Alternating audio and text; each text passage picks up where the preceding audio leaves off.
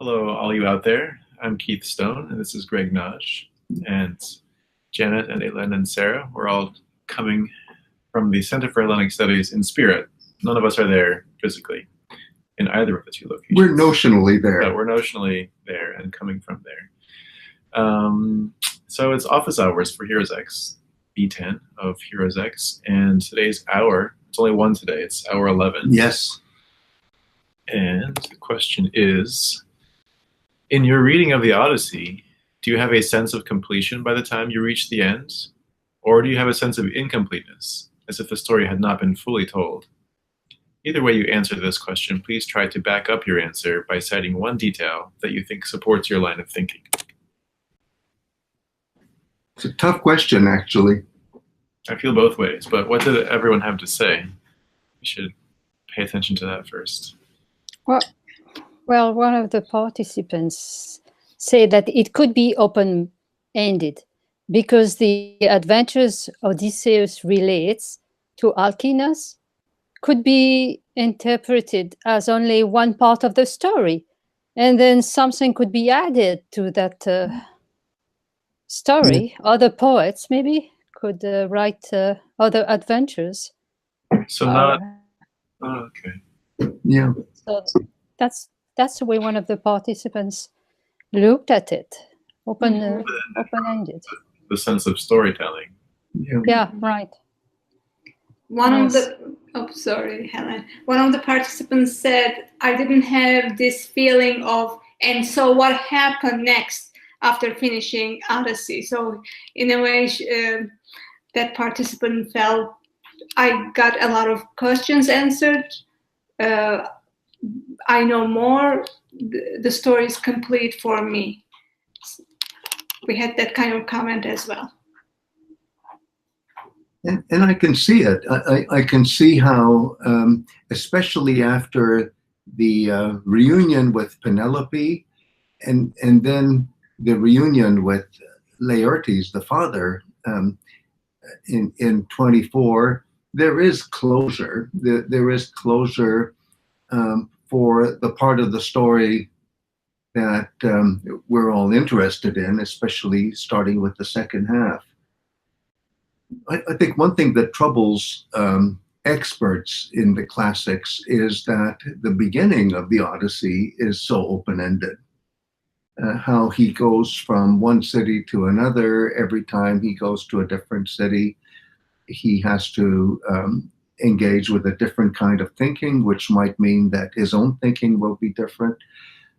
And if you look at it that way, then every time the story is retold, there's likely to be some addition. But when it comes to his nearest and dearest, we could say, well, he connects with his son, he connects with his wife, he connects with his father. In the meantime, he connects with those members of his household who were loyal to him. He has revenge. It's over. But then let's think of the fact that the suitors have family. And when the suitors are killed the way they're killed, the family are obligated by the rules of their own society to take vengeance in response to the killing of their young men. And I find it fascinating that the feud, the vendetta that should be underway is then arbitrarily stopped by the divine apparatus. The initiator is primarily Athena, but even Zeus himself kind of dots the I's and crosses the T's. But what is that closure? That closure is to say there must not be any vendetta. It's going to stop here. But then I ask myself, when I'm reading the Oresteia trilogy, as it's commonly known, and Athena stops the chain of evil by saying, the vendetta stops here, it's not going to continue. Well, it is continuing in the sense that there's now going to be a rule of law, and the institutions of the city-state will now replace the old institutions of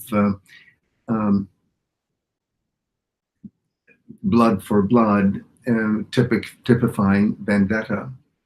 So maybe it's whether you look at things on one level, the story that we have in front of us, or on another level, the potential story of Odysseus, whether you could retell Odysseys over and over and over again. That sense of telling and retelling was something that people were picking up on as well. Right. The fact that it's part of a cycle. And so we listen, but then we enter and leave another time, and we get different things from it each time. And so in that sense, there's a completeness, but there's that sense of recycling, which I think is a very important point that they've been picking up on. Yeah, something that when you finish somebody, you know you're going to read again. Yes. There's a particular pleasure. And then there's the even greater pleasure, I think, for me, picking it up again, whenever it is, years later, for some books, the next semester for other books. Yes.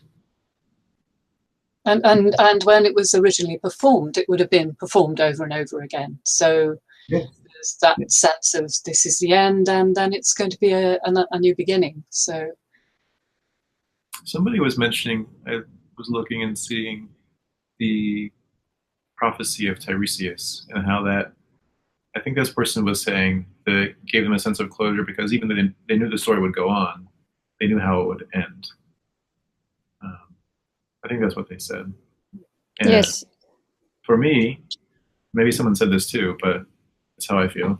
Also, for me, that is it's a question mark. It's, well, I want to know what happens on his journey, up the mountains and away from the sea, before he gets to the end. So we know the end, but not the middle. Yes. Well said. There's also somebody mentions also the place, the sēma, where the body of the cult hero is, and the fact that the ground surrounding the sēma is a fertilizing area, which brings fertility through his death to places where he's not seen as a seafarer, and it's circular too, so it brings a feeling of completion. That's something. I love that. Oh, I love that. So, and I love the way you, dear Hélène, use the word circular, because it's a matter of, to use that English expression, coming full circle. Yeah. I mean, you think of all the pointers towards hero cult that you have at the end of the Odyssey. It's a very complete phenomenon. It happens every year on a schedule. It starts and it's over again and again. In that collection of comments that our dear friend Keith has edited for me, and on that website, I do worry a lot about this matter of coming full circle, and whether there is a telos, an ending. Of course, the problem is that telos, if you look at it in a linear way, can just keep going, and then there's end of the line. But telos can also be, as Hélène pointed out a moment ago, a coming full circle. So it's either the end of a line or a coming full circle.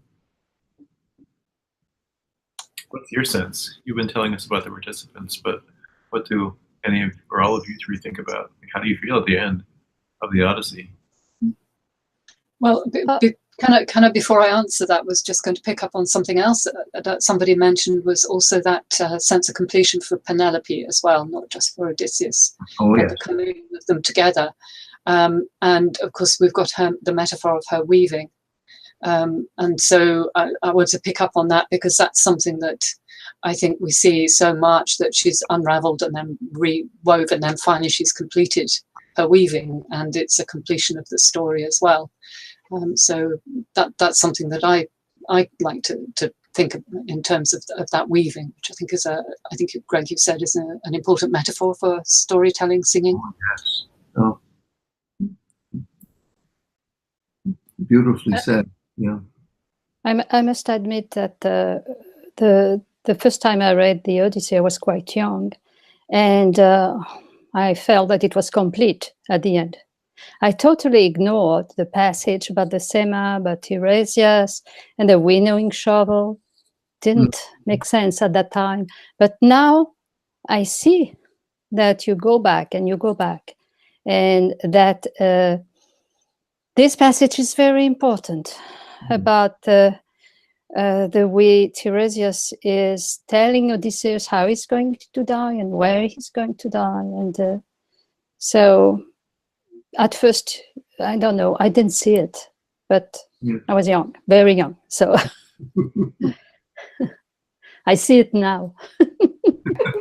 Yeah. For me, at the end of Odysseus, there's some satisfaction. Okay, some questions are answered, and there are some more questions. Okay, as you said, Keith, what happened inland? And a participant also mentioned this. How did history proceeded? And sēma. Okay, we know the sēma, but how is his end is going to come from the sea or from the land? That is also a question mark. And he has to come home and he has to leave. That the story will continue. He will have more adventures, so right?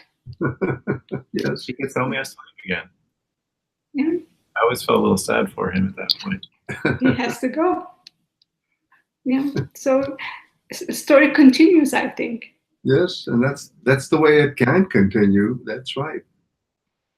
Well, I think the same way that I sort of expected the culmination to be, being reunited with Penelope. This is what he's been longing for, and then we get these extra stages, and it's the reconnecting with the land that's so important. And I find those passages really beautiful. And I think that ties in again with that idea that in time he will become that cult hero, and again, as one of the people in the forum has said, Zeus, which you touched on, Zeus's sort of hint that everything's going to be peace and plenty, peace and prosperity, and that comes from being connected with that hero.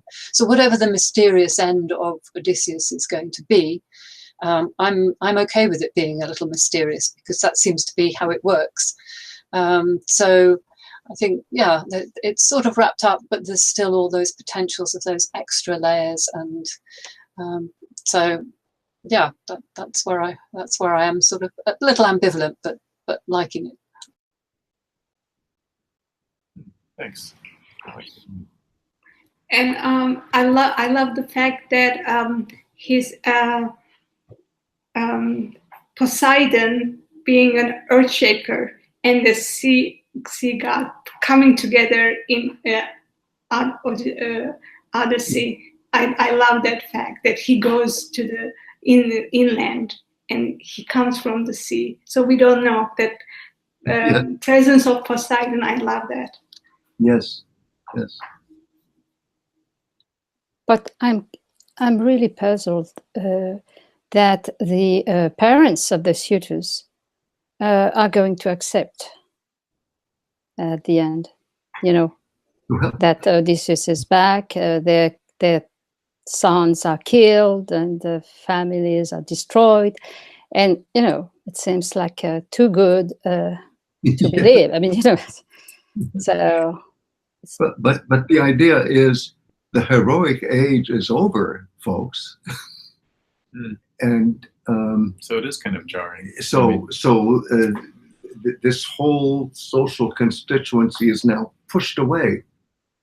and a new era happens. You have to return to real life after Yes. finishing the story. Yes. So I quite agree with you, dear Hélène, that in a way, if we stayed in the heroic age, it would have to continue. But the idea is that the gods are aware that the heroic age will end, and we're going to move into an era where technically heroes don't exist anymore. Now, let's try not to think about the historical fact that later on in Greek civilization, people started programs of heroizing historical characters. But I'm saying, in terms of the heroic world of epic, it's finished. It's finished, and that means that the kind of vendetta that you used to have is just not going to be there anymore. I just know how some classicists would say it. I don't want to say it this way, but now is the era of the polis. I'll say the era of post-heroic civilization, where ritual retelling of what happened back when kicks in, and where the stories can keep continuing and the processing goes on, of course, but the characters that populated the world of heroes are no longer there, and for that reason, the aggrieved families of the suitors just have to put up with it. The gods say, enough. That's it. It's over. So it's a different world now. I can accept that. Well, they couldn't accept it if they could go on with the heroic world, but the heroic world ends.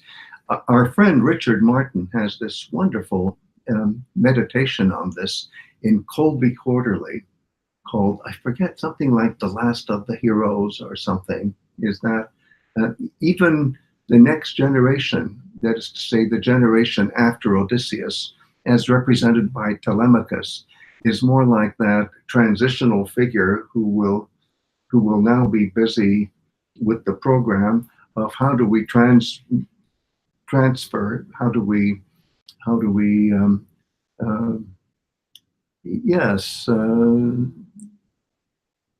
transit, I'll say, not transfer, transit from the heroic world to the world of the present. The present being the world of Homeric poetry that glorifies, but also purifies the world of the past world of heroes.